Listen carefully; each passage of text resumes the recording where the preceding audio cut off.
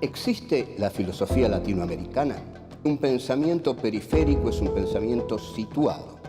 Europa se arroja sobre América Latina la herencia de los pueblos originarios, los proyectos de nación, el porqué de este pensamiento, el rechazo al colonialismo, la unión latinoamericana, la lucha de clases en Argentina, países subalternos, marginados, que no han participado de la centralidad de la historia. América Latina, filosofía y colonialismo. Encuentro 8. Tendencias historiográficas en Argentina. 1. La historia como conflicto. 2. El revisionismo histórico y la historiografía liberal. 3. Forja y la década infame. 4. Los hechos y las interpretaciones de los hechos.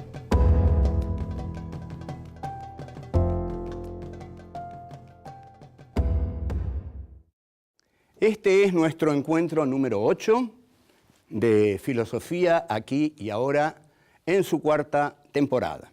El tema que tratamos en esta cuarta temporada es América Latina, Filosofía y Colonialismo. El tema que nos va a ocupar hoy, y nos va a ocupar fuertemente, es el de las tendencias históricas en la Argentina. Que haya distintas tendencias históricas quiere decir que hay distintos puntos de vista sobre la historia. Que haya distintos puntos de vista sobre la historia quiere decir que hay distintas clases sociales que los sostienen, que hay distintos grupos sociales que tienen distintas miradas y que esas distintas miradas establecen conflictos, antagonismos. O sea que la historia no es un lecho de rosas, la historia es un lecho de conflictos. Y estos conflictos se expresan también en las interpretaciones que cada uno de esos grupos, clases o subclases, hace de la historia.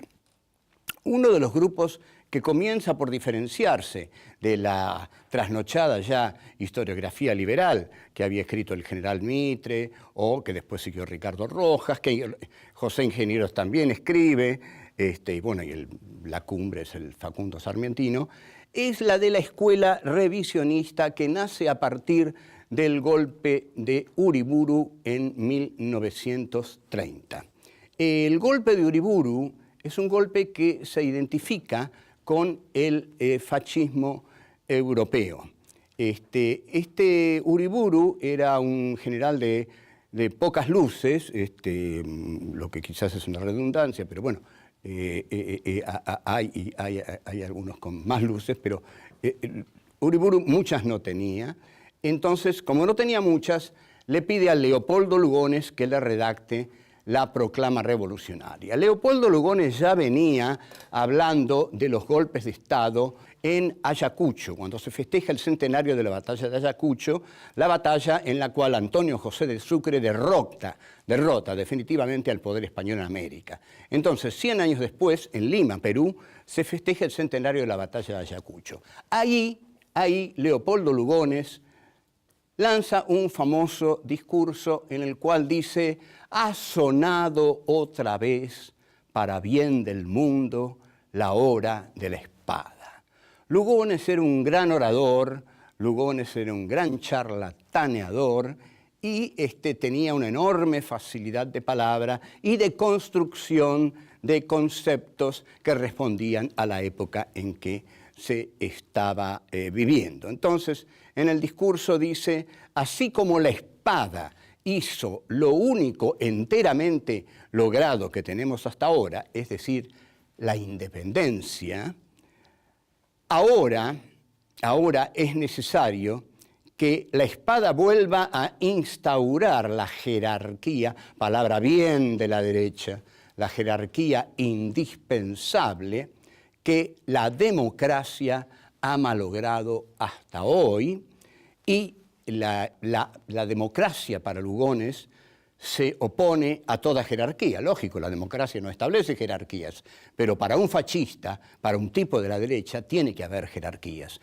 Y un tipo que pide jerarquías odia a la democracia. Entonces, Lugones habla de lo que él llama paparruchas, que son el pacifismo, el colectivismo, la democracia. Para él son sinónimos ¿de qué?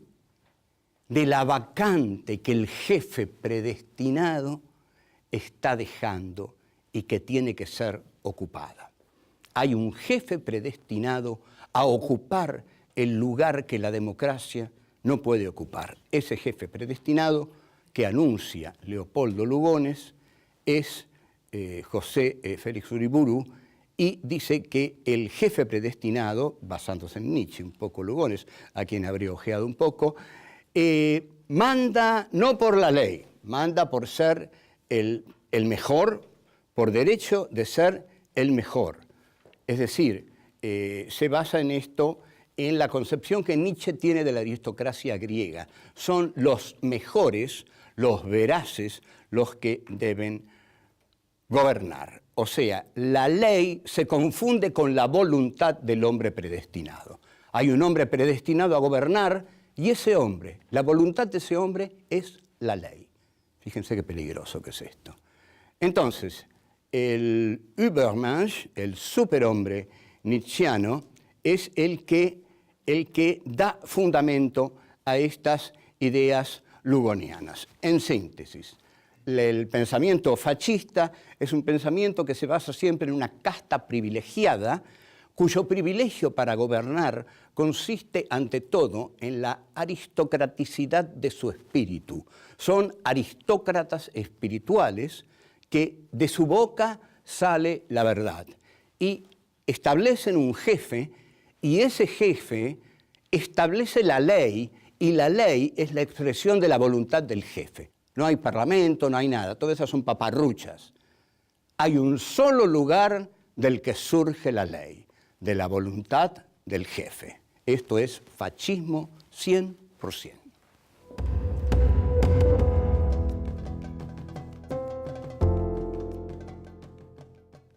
El revisionismo histórico se caracteriza por una gran carencia. Cuando yo reviso algo, dependo de aquello que reviso. El revisionismo histórico se caracterizó todo el tiempo por denostar a la historia oficial e incluso por implantar un panteón alternativo. Es decir, si estaba Sarmiento, pusieron a Rosas, y así, digamos, si estaba los caudillos federales, se oponían a la burguesía ilustrada de Buenos Aires. Pero esta visión alternativista no puede crear un suelo originario desde el cual pensar algo absolutamente nuevo. Por eso, desde aquí les decimos a esos pensadores liberales que cada vez que uno dice algo distinto a la trasnochada historia liberal, le dicen a uno que es un trasnochado revisionista, que uno no es un trasnochado revisionista porque se ha plantado en otro lugar. Yo ya no pienso en la historia liberal, pienso en la historia que estoy pensando autónomamente. En cambio, sí, los revisionistas, como hicieron un movimiento inicial de largada, estaban determinados a destruir a los héroes, a los, digamos, a los próceres de la historiografía liberal. Y entonces, como lo maldito siempre tiene ese sabor tan especial, cuando se dirigen hacia el pasado, encuentran que nuestros torpes liberales han entronizado a un gran maldito en el pasado, como después van a hacer la misma torpeza con Perón. Han entronizado como gran maldito de la historia argentina a don Juan Manuel de Rosas, de quien José Mármol, un mediocre poeta, dijo: ni el polvo de tus huesos la América tendrá. Y lo trajo Menem, y se lo dejaron traer a Menem. ¿Saben por qué? Porque Menem les dijo: señores, a mí me gusta Rosas, le dijo a los oligarcas de la tierra y de las finanzas. Me gusta Rosas, lo quiero traer. No, Rosas no. Pero yo, en cambio, voy a hacer todo lo que ustedes me digan. voy a hacer el plan económico que ustedes me digan, el plan social que ustedes me digan, voy a frenar a la CGT, voy a hacer todo lo que ustedes quieran. Ah, tráigalo a Rosas. Entonces Menem lo trajo a Rosas y hasta lo puso en los billetes de 20 pesos, no pasó nada. Pero hasta ese momento la maldición de mármol estaba ahí, y el polvo de tus huesos la América tendrá. Ahora, los revisionistas sí encuentran en don Juan Manuel de Rosas, y ya lo creo que lo encuentran, al líder fuerte, poderoso y romántico del siglo XIX. ¿Por qué? Porque buscan desde Rosas darle un basamento a Uriburu. Nada tenía que ver el pobre Uriburu con don Juan Manuel, que ese sí era una figura histórica poderosa. Una de las mejores biografías de don Juan Manuel de Rosas, hasta que tengamos la de Slavoj Žižek, porque se dice que el pensador esloveno, que ha venido por la Argentina, estudió algo de historia argentina y quedó deslumbrado por Rosas. Claro, ¿quién no queda deslumbrado por Rosas? Lógico, la batalla de la Vuelta Obligado, todo el color local que Rosas implica, ¿no? Incluso Oswald Spengler, en La decadencia de Occidente, uno de los libros fundamentales del siglo XX, del alemán Oswald Spengler, menciona a Rosas en uno de los lugares destacados entre los grandes caudillos del siglo XIX. Carlos Ibarguren, escribe una biografía de don Juan Manuel de Rosas. A los jóvenes de la izquierda peronista, la figura de Rosas los fascina, porque también es otro prohibido, y además porque el libro negro de la segunda tiranía unía justamente las figuras de Rosas y la de Perón. Habían sido los mismos liberales los que habían trazado la línea Rosas-Perón. Pensemos esto, ojo, atención, bien claro esto tengámoslo. Los mismos liberales habían trazado la línea Rosas-Perón al escribir el libro negro de la segunda tiranía, como habían trazado la línea Mayo-Caseros, ¿no? Es decir, Mayo, la libertad, Caseros, la dictadura, la infamia, el crimen, el matadero de Esteban Echeverría. La izquierda peronista interpreta a Rosas como un caudillo, como un líder antiimperialista, lo cual es cierto. Rosas fue un líder antiimperialista. Lo que pasa es que Rosas falló a la cita, para lo cual todo lo tenía destinado: modernizar la nación sin traicionar su soberanía. ¿Qué hicieron los liberales? Los liberales modernizaron la nación, pero traicionaron su soberanía. Modernizaron la nación regalándola, vendiéndola, entregándosela al capital británico, dándole las tierras al capital británico. Así modernizaron la nación. Rosas debió modernizar la nación, debió modernizar la nación sin entregar su soberanía. Y para eso estaba destinado, pero tenía demasiado odio a los gringos, Rosas, de modo que hizo una política de resistencia. Lo que no se le puede negar a Rosas es que hizo una política nacional de resistencia, lo cual se ve claramente en la gloriosa batalla de la Vuelta Obligado. Ya vengo.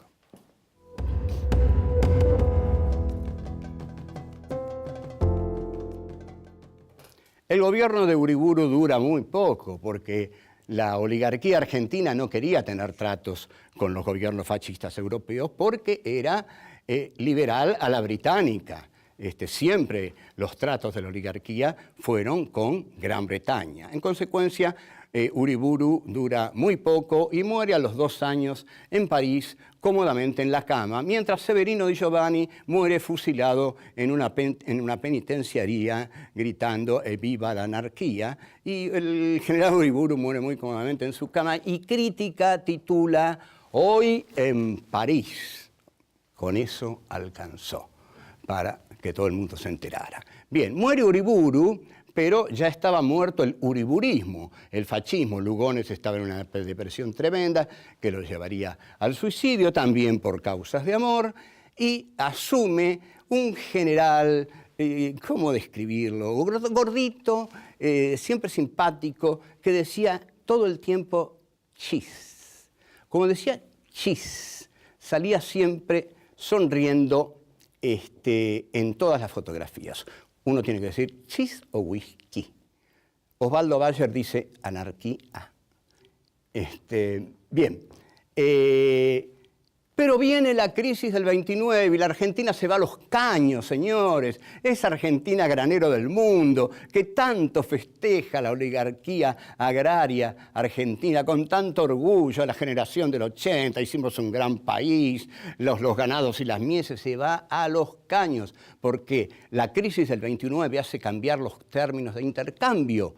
Entonces, los productos primarios no valen nada y los productos con valor agregado valen mucho. Inglaterra decide no comprar más las carnes argentinas y Argentina se va al diablo. Esa fue la Argentina que construyó la oligarquía. Se fue al diablo en 4 días. Bueno, entonces, para solucionar esto, Julito Roca, el hijo del gran conquistador del desierto, viaja a Inglaterra y hace un acuerdo con las carnes y bueno, está la famosa frase que dice que, bueno, la Argentina es una de las joyas más valiosas de la corona británica. Con gran orgullo dice esto Julito Roca. Frente a esto, frente a esta situación a la cual se llama el teórico José Luis Torres llama la década infame, en la cual surgen muchos de los mejores tangos, en la cual surge Discépolo, creo que esto lo hemos visto, aparece el grupo Forja.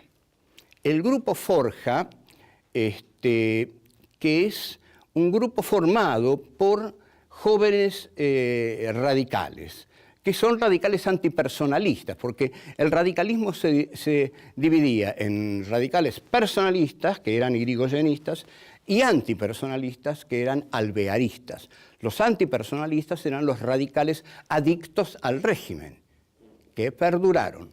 Los radicales personalistas eran los adictos a Irigoyen. Forja establece un slogan que es: somos una Argentina colonial, queremos ser una Argentina libre. Sus principales integrantes son figuras brillantes como Scalabrini Ortiz, Arturo Jauretche, Homero Mansi. Entonces, digamos, todos ellos se nuclean ahí y efectivamente son tipos brillantes, ¿no? Y los que no tenían formación teórica, como Scalabrini Ortiz, se la hacían, se formaban teóricamente, y Scalabrini Ortiz deja su costado literario, que se había plasmado en El hombre que está solo y espera, y escribe la historia de los ferrocarriles argentinos, que es un acto totalmente patriótico, porque él no estaba destinado a eso, y escribe realmente una muy seria y documentada historia de los ferrocarriles argentinos acerca de cómo fueron entregados y negociados con Gran Bretaña. Jauretche, por su lado, inaugura una ensayística irónica, despiadada, en la que muestra todo lo que logra el humor, todo lo que el humor es capaz de erosionar una ideología tomándole el pelo, que es lo que logra Jauretche con la oligarquía argentina. El grupo Forja confluye finalmente en el primer peronismo, pero no logra una inserción muy profunda. Y también tenemos como historiador liberal, del constitucionalismo liberal, como le gustaría decirlo a él, a Tulio Alperín Donghi, que bueno, es un historiador que ha escrito un libro que se llama Revolución y Guerra, muy valorado, y que después del golpe de Onganía se exilió y se dedicó a escribir libros fundamentalmente antiperonistas, con algún sólido basamento y con algún no sólido basamento. A mí no me interesan mucho los libros de Alperín Donghi. De este modo vamos a pasar a otra visión de que la historia da de los procesos políticos y sociales en la Argentina. Nos vemos.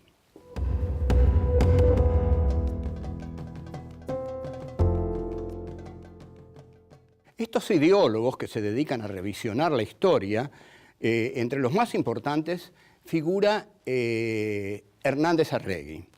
Hernández Arregui saca en plena militancia de la juventud peronista un libro que lo estaban esperando todos, que se imprimía en las facultades, que salían folletitos, hasta que finalmente salió el libro, que era La formación de la conciencia nacional.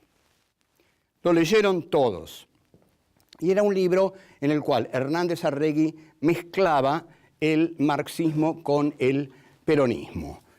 No es un libro que yo consideré felizmente logrado.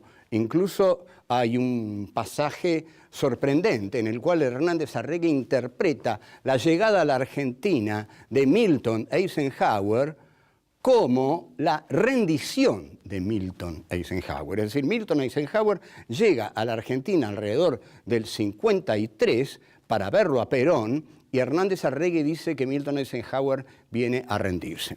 Bueno, todo no son estos dislates. Tiene otro libro que es muy lindo, El Ser Nacional.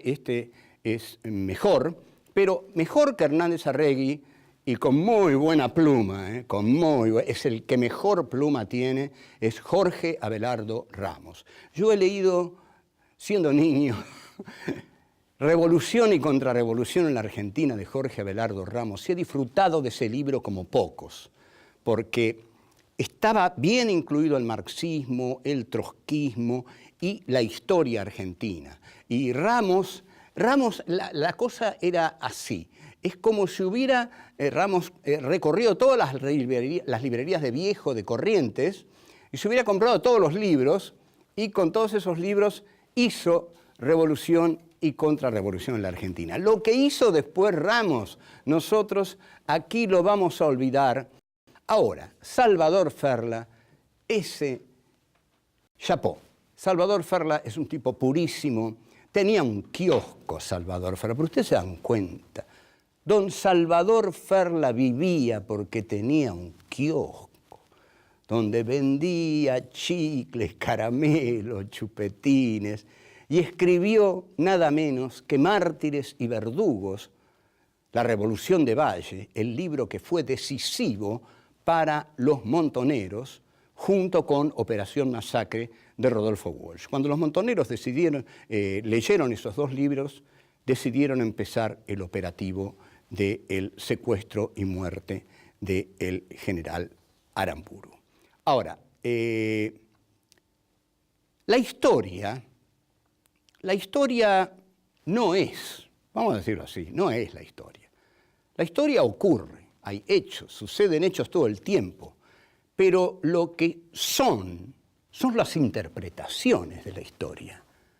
Pueden ocurrir miles de cosas. Hoy seguramente en la Argentina han ocurrido miles de cosas y ya han surgido 100.000, 200.000 interpretaciones. ¿Qué es lo que pasa? Como dice Nietzsche, tiene una frase formidable: no hay hechos, hay interpretaciones. Y en la interpretación es donde los hechos se juegan. Y en la interpretación es donde los medios de comunicación tienen una importancia fundamental.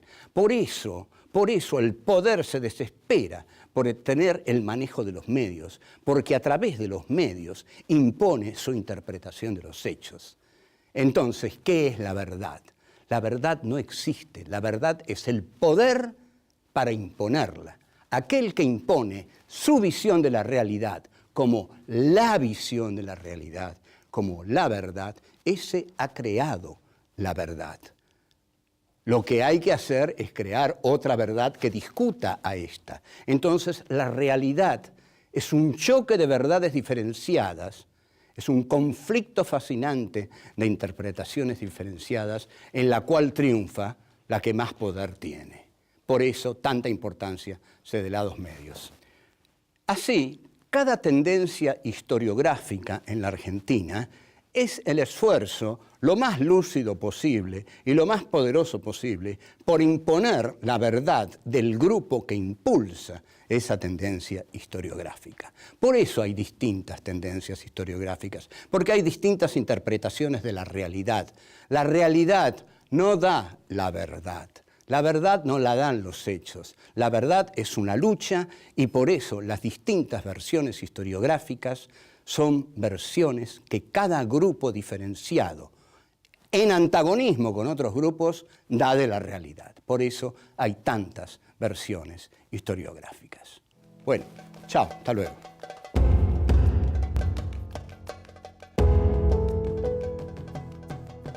Hay un solo lugar del que surge la ley, de la voluntad del jefe. Esto es fascismo 100%.